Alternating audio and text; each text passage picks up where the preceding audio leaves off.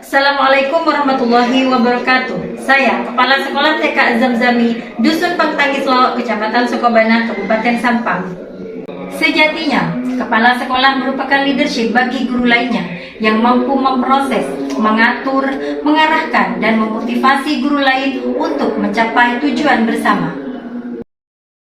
Kali ini saya akan berbagi video praktik baik dengan topik pendampingan dan pembinaan pembelajaran terhadap guru melalui strategi leadership menuju Pemprov.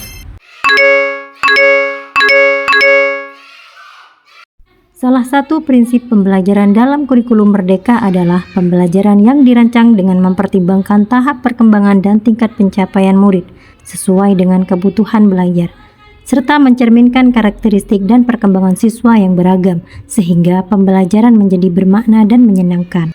Perencanaan pembelajaran juga berfungsi sebagai kontrol untuk menentukan sejauh mana materi yang telah diserap oleh peserta didik. Dengan perencanaan, guru dapat melihat kelemahan yang ada pada program dan mencari solusi untuk kemudian menjadi bahan evaluasi. Dengan melihat prinsip pembelajaran tersebut, kondisi yang berbeda terjadi di sekolah yang saya pimpin.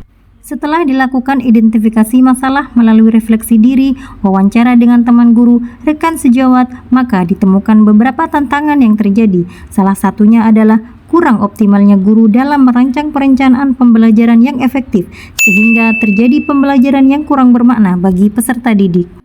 Dari temuan akar masalah tersebut, maka saya menyimpulkan bahwa tantangan yang dihadapi yaitu saya selaku kepala sekolah untuk terus berupaya memberikan pendampingan dan pembinaan terhadap guru dalam melakukan perencanaan pembelajaran secara efektif.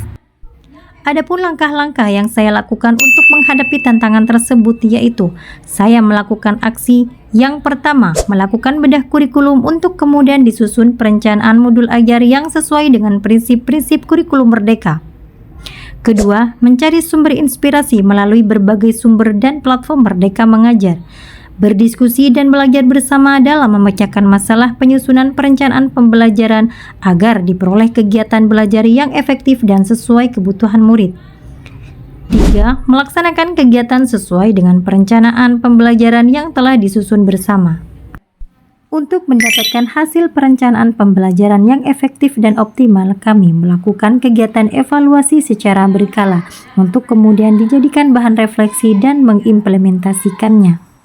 Selain itu, kami perlu mensosialisasikan pembelajaran kepada wali karena dapat membantu orang tua dalam mendukung pendidikan anak. Dapat memberikan informasi tentang program sekolah, kurikulum, materi, dan pembelajaran. Orang tua dapat meningkatkan keterlibatan mereka secara aktif dalam pendidikan anak. Orang tua dapat menjadi mitra dalam kegiatan pembelajaran. Setelah dilakukan praktik baik dengan metode STAR, terjadi beberapa perubahan yang signifikan pada proses perencanaan pembelajaran di sekolah, terutama bagi peserta didik. Mereka akan mendapatkan pembelajaran yang efektif, menarik, dan menyenangkan, sehingga terciptalah dunia merdeka belajar.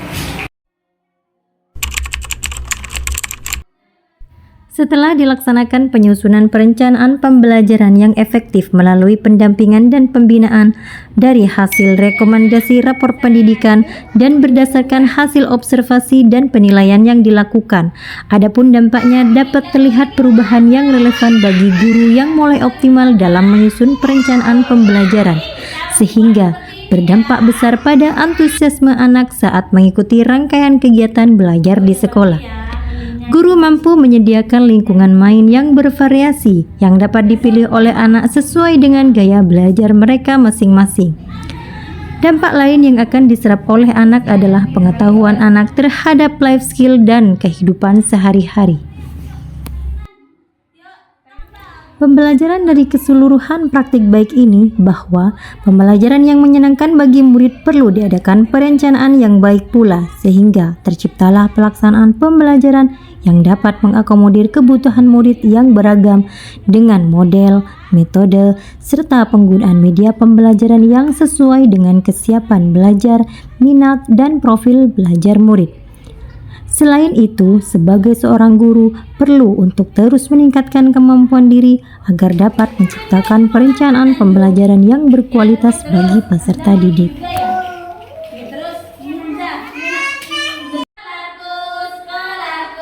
Bersih, indah, dan rapi, sekolahku, sekolahku, tempatku belajar. Huruf apa? Huruf B. Huruf B. Bacanya gimana? Bacanya gimana? Bu, bu, bu, bu, bu, bu. Oleh karenanya, kerjasama yang baik antara guru dan kepala sekolah sangat dibutuhkan untuk meningkatkan kualitas pendidikan sekolah.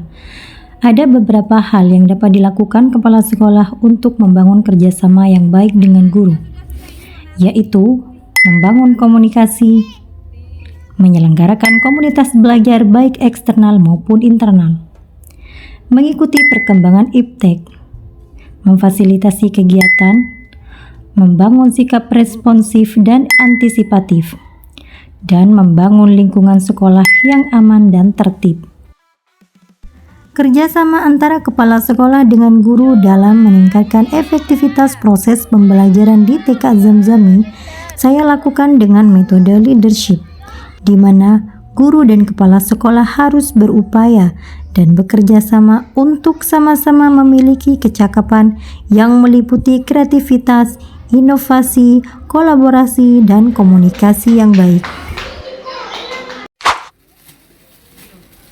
Kesimpulan dari praktik baik pendampingan dan pembinaan penyusunan perencanaan pembelajaran terhadap guru oleh kepala sekolah, yaitu menyusun perencanaan sekolah untuk berbagai tingkat perencanaan, mengembangkan organisasi sekolah sesuai dengan kebutuhan, memimpin sekolah dalam rangka pendayagunaan sumber daya sekolah secara optimal, mengelola perubahan dan pengembangan sekolah menuju organisasi pembelajaran yang efektif, dibutuhkan sinergi yang baik dari semua pihak menuju pembelajaran yang efektif, menarik, dan progresif.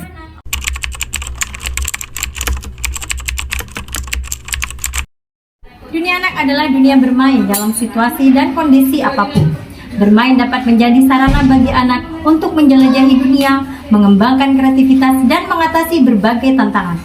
Agar kegiatan bermain anak betul-betul bisa mengoptimalkan kecerdasannya, maka guru perlu memahami pentingnya perencanaan dan prinsip-prinsip menyusun rencana.